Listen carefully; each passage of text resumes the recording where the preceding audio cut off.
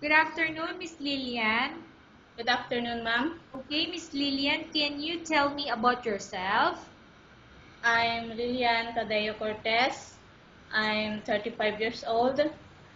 I'm married and I have one daughter. She is 10 years old. Okay, I have few questions for you to answer, so let's start. Why do you Yes, want to work as a maid? um, because I want to earn money for my family and for the future of my daughter.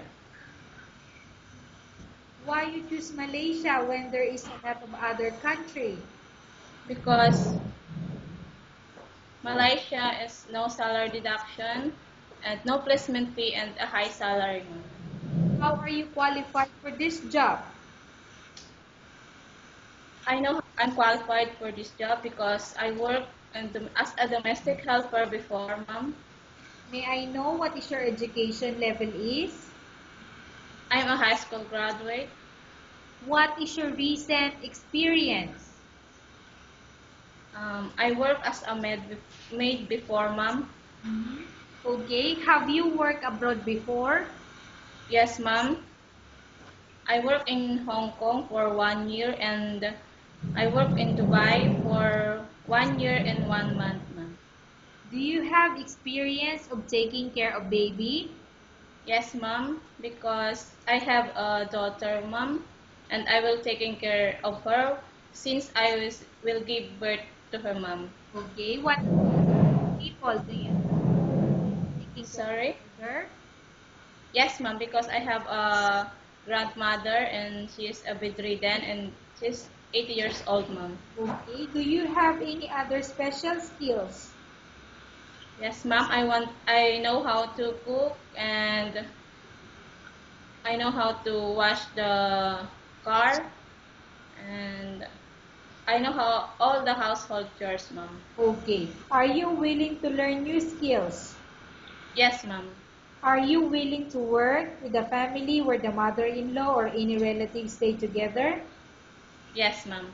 Currently, are you still working now? No, ma'am. Do you know how to cook? Yes, ma'am. What sort of food can you cook? Um, I know some Chinese food, ma'am, and Filipino food. So can you tell me the Chinese food that you can cook? I know some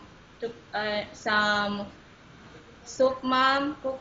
How to cook soup and noodles and steamed fish, ma'am. Mhm. What about Filipino dishes? Adobo, sinigang, fried fish and meat, ma'am, Okay. and some other. Are you aware that you will have to do washing, cleaning, ironing, and cooking? Yes, ma'am. From all the house chores, which do you like most?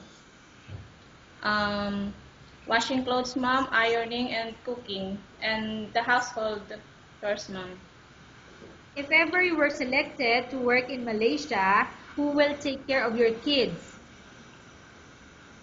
Um, Miss Lillian, can you hear my question? yes, ma'am. My husband, ma'am. Okay. You are not allowed to use handphone during working hours. Yes, ma'am. You are only allowed to use handphone after you finish all the works and when going to bed. Yes, ma'am. You are strictly needed to surrender the handphone to your employer in the morning, and your employer will return back to you once you're going to bed. Yes, ma'am. If ever your employer finds out that you're abusing of using your handphone and it's affected your work performance, your employer will confiscate your handphone and you're not allowed to hold it anymore. Instead, your employer will allow you to call to your family 3 times in a month. You're only allowed to bring normal phone and you're not allowed to bring smartphone. Are you agreed for the terms and condition? Yes, ma'am. Are you agreed to the rules and regulation for the handphone? Yes, ma'am. How many years is the contract as you agreed and understand? 2 years contract, ma'am. Can you describe for me your ethics or your attitude? Um, I'm hardworking, ma'am, disciplined and honest. How can you assure to us that you will work hard in Malaysia?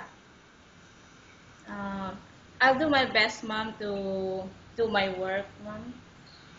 Can you promise not to use the telephone without the permission of your employer? Yes, ma'am. Can you promise not to put on makeup but to dress properly while work? Yes, ma'am. Can you promise not to invite friends or relatives without the consent of your employer? Yes, ma'am. Can you promise not to ask for advance salary from your employer under any circumstances? Yes, ma'am. Do you really understand of the rules and regulation for the agency, sorry? Yes, ma'am. Do you pay any placement fee for you to come to Malaysia to work as a maid? No, ma'am. Do you have any history of sickness, example breast cancer or any other illness? No, ma'am. Do you suffer from any skin diseases, allergy or physical defect? No, ma'am. Have you suffered from any serious illness? No, ma'am. Have you undergone any operation? Yes, ma'am. I have a cesarean operation 10 years ago when I was born my baby. How many years ago? 10 years ago, ma'am. Okay, 10 years ago. Can you still remember what year is that? Um, June 7, 2005, ma'am. June 7, 2000, 5, ma'am. 2005. Are you medically fit? Yes, ma'am. Are you in any medication? No, ma'am. Are you allergic with any food? No, ma'am. Are you prepared to work with employer of any race? Yes, ma'am. Are you prepared to eat the type of food taken by your employer? Yes, ma'am. Are you afraid of being left alone in the house? No, ma'am. Are you afraid of dogs or other pets? No, ma'am. Can you promise to work according to instruction from your employer? Yes, ma'am. Do you have any immediate family working in Malaysia? No, ma'am. Okay, Miss Lillian, we have finished our question section. Let's go to case study. I Yes, have a case study for you and I want you to answer me truthfully.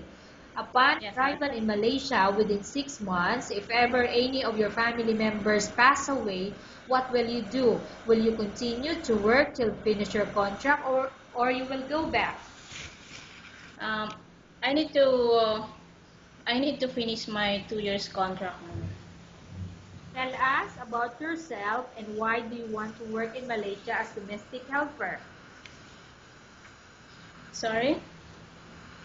Miss Lilian, tell us about Yes, ma'am. yourself and why do you want to work in Malaysia as domestic helper? Um, I decided to work in Malaysia, ma'am, because I need to work for the future of my daughter, ma'am, and also to my family, ma'am. Okay, Miss Lilian, what do you want to tell to your employer who watching your video? Um, Ma'am, sir, if you choose me as your maid, I promise that I'll do my best to follow your order and I'll do to work properly in your house. That's all. Okay, thank you very much, Miss Lilian. We will update to your agency if there's any selection made by the employer. Yes, ma'am. Thank you, ma'am.